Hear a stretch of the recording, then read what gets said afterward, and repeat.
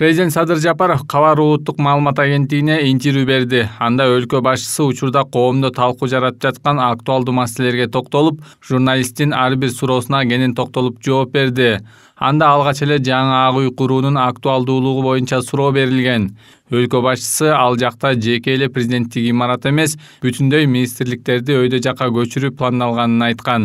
Бардык министрлер бир эле имаратта олтуруп иштөөгө шарт түзүлөт. Ошондой эле имарат куруу үчүн бериле турган жердин баасынын жогору экенин айтып, активисттер көтөргөн маселеге толук кошулаарын билдирген.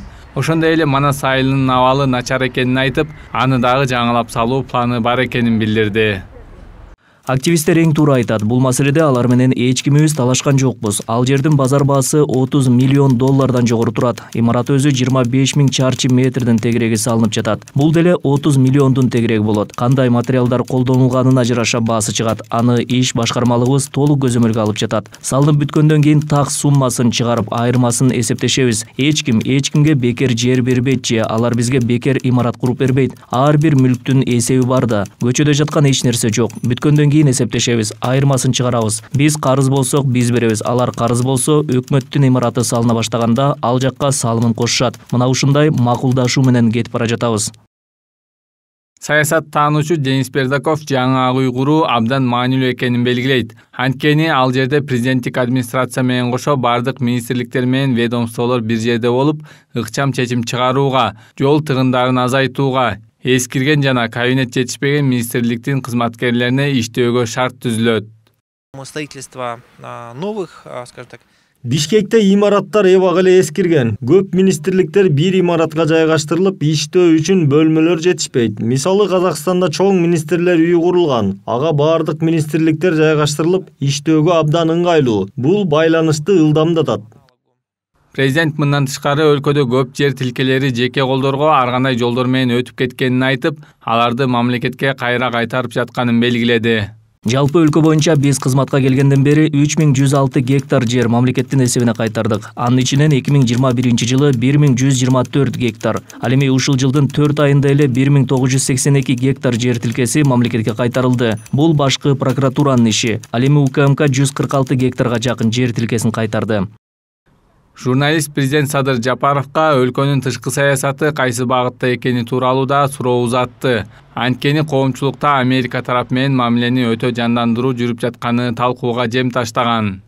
Тышкы саясатыбыз дүйнөдөгү бардык мамлекеттер менен бирдей. Биз чакан өлкө болгондон кийин бардык өлкөлөр менен сый мамиледе болушубуз керек. Дүйнөлүк саясатка баш тыгып эмне кылабыз? Үй бүлөсүн бага албай тентитип жибергендер дүйнөлүк саясаттан сүйлөп, акыл үйрөтүп баштаганда күлкүн келет. Биз соода сатык жана экономикабызды чыңдашыбыз керек. Кыргызда эчки тууй албай жатып койго арачы болот деген жакшы сөз бар. Анын сыңарында биз тышкы карзыбыздан кутулуунун, экономикабызды көтөрүүнүн камын ойлошубуз керек. Ошол үчүн бир эле Америка эмес, бардык өлкөлөр менен экономикалык келишимдерге кол коюшубуз керек.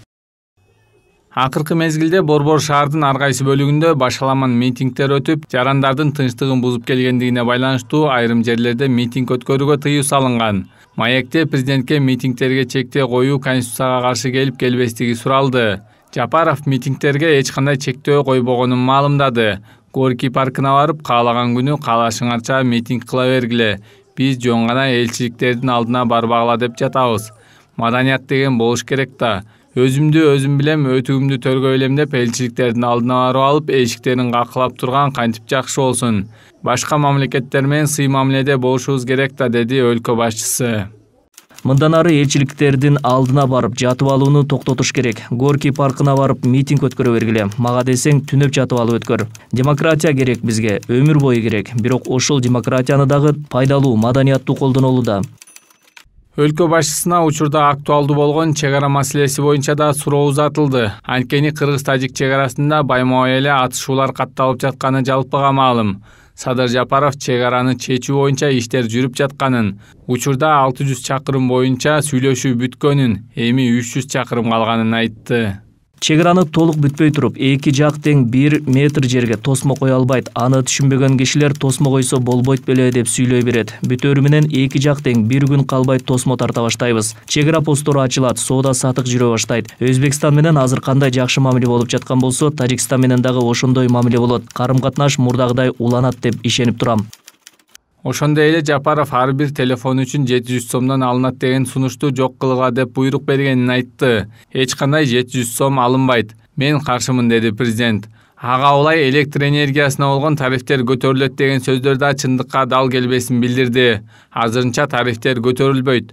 Көтөрсөк эл менен кеңешип пикир алмашып алып, анан көтөрөбүз дейт мамлекет башчысы. Муну менен бирге 1 километр жолго 1 сом төлөнөт деген демилгелерди да колдобой турганын ырастады. Садыр Жапаров маегинде Кумтөр алтын кени, министрлердин коомдо талкуу жараткан сөздөрү, коррупция менен күрөш, энергетика, темир жол, диплом, миграция жана башка көптөгөн тармактар боюнча да суроолорго жооп берди. Канат Жолочиев, Нурдан Карыпбеков, Пирамида.